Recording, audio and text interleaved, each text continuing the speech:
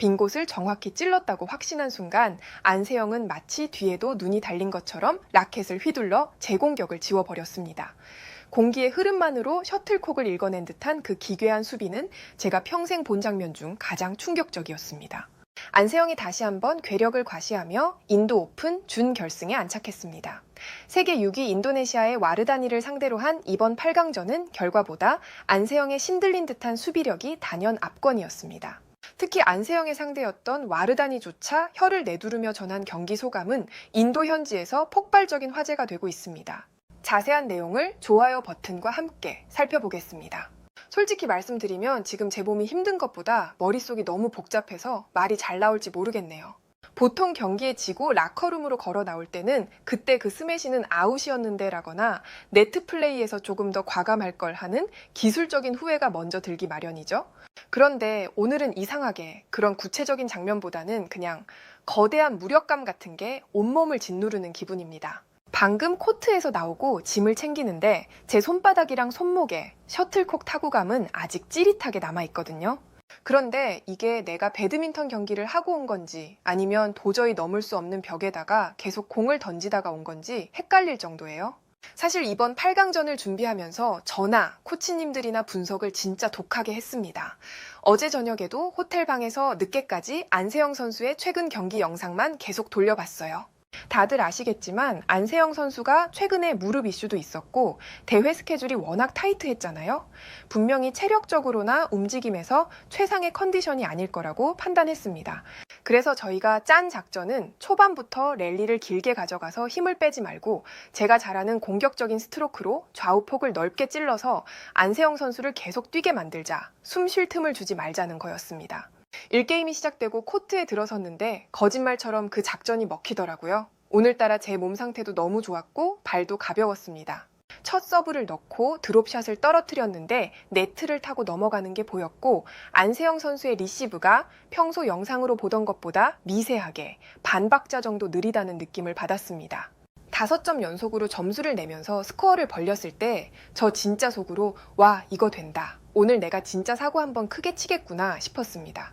네트 건너편에 있는 안세영 선수 표정을 봤는데 약간 당황한 것처럼 보여서 제가 기세를 완전히 잡았다고 확신했죠.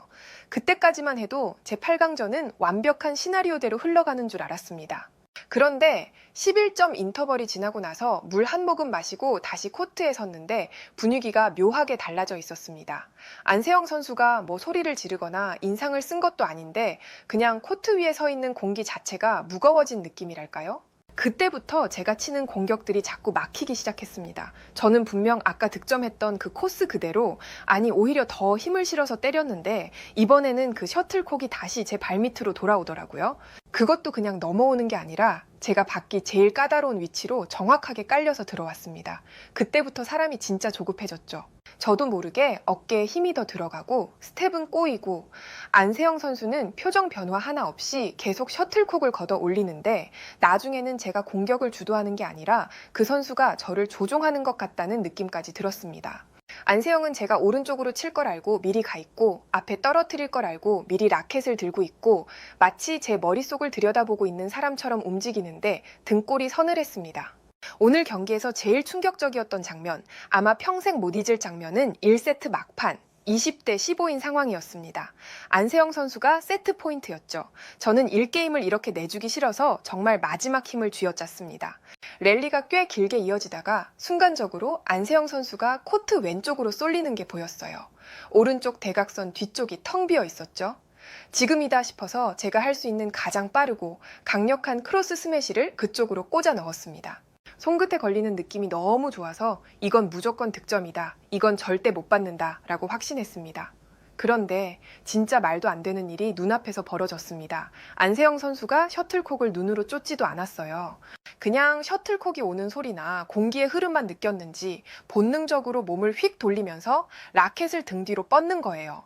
소위 말하는 눈으로 보고 반응한 게 아니라 그냥 몸이 먼저 반응한 겁니다. 그 자세로 제 회심의 스매시를 받아 넘기는데 와, 순간 코트 위에서 멍해지더라고요. 점수 차가 커서 그 랠리 자체는 안세영 선수가 무리해서 이어가지 않고 그냥 넘겼지만 저는 그 수비 하나에 멘탈이 완전히 나갔습니다.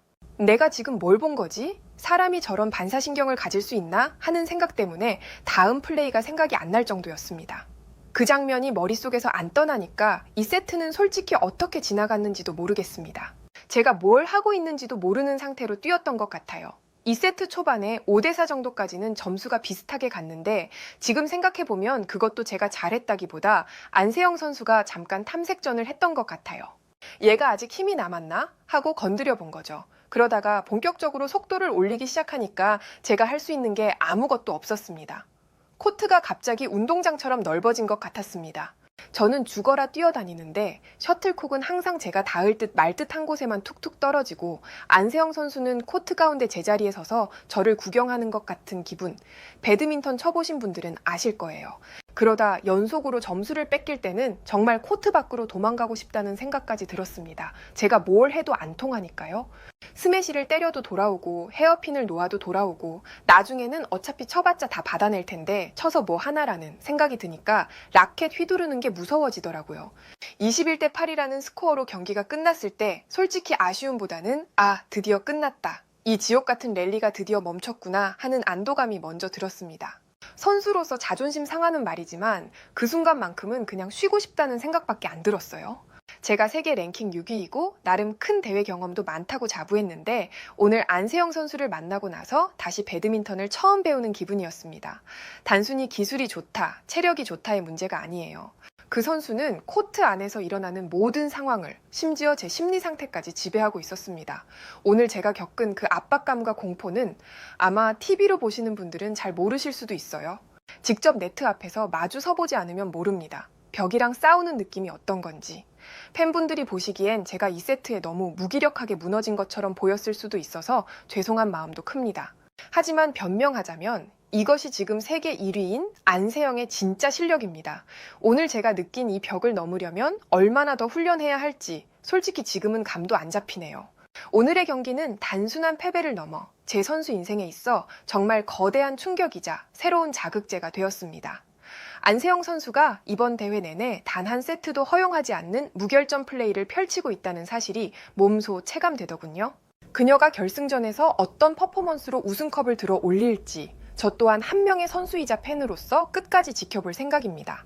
안세영이라는 저 코트 위의 괴물과 같은 시대에 호흡하며 경쟁하고 있다는 사실이 때로는 절망감을 주기도 하지만 결국엔 제가 더 높은 곳을 바라보게 만드는 가장 강력한 채찍질이 되는 것 같습니다.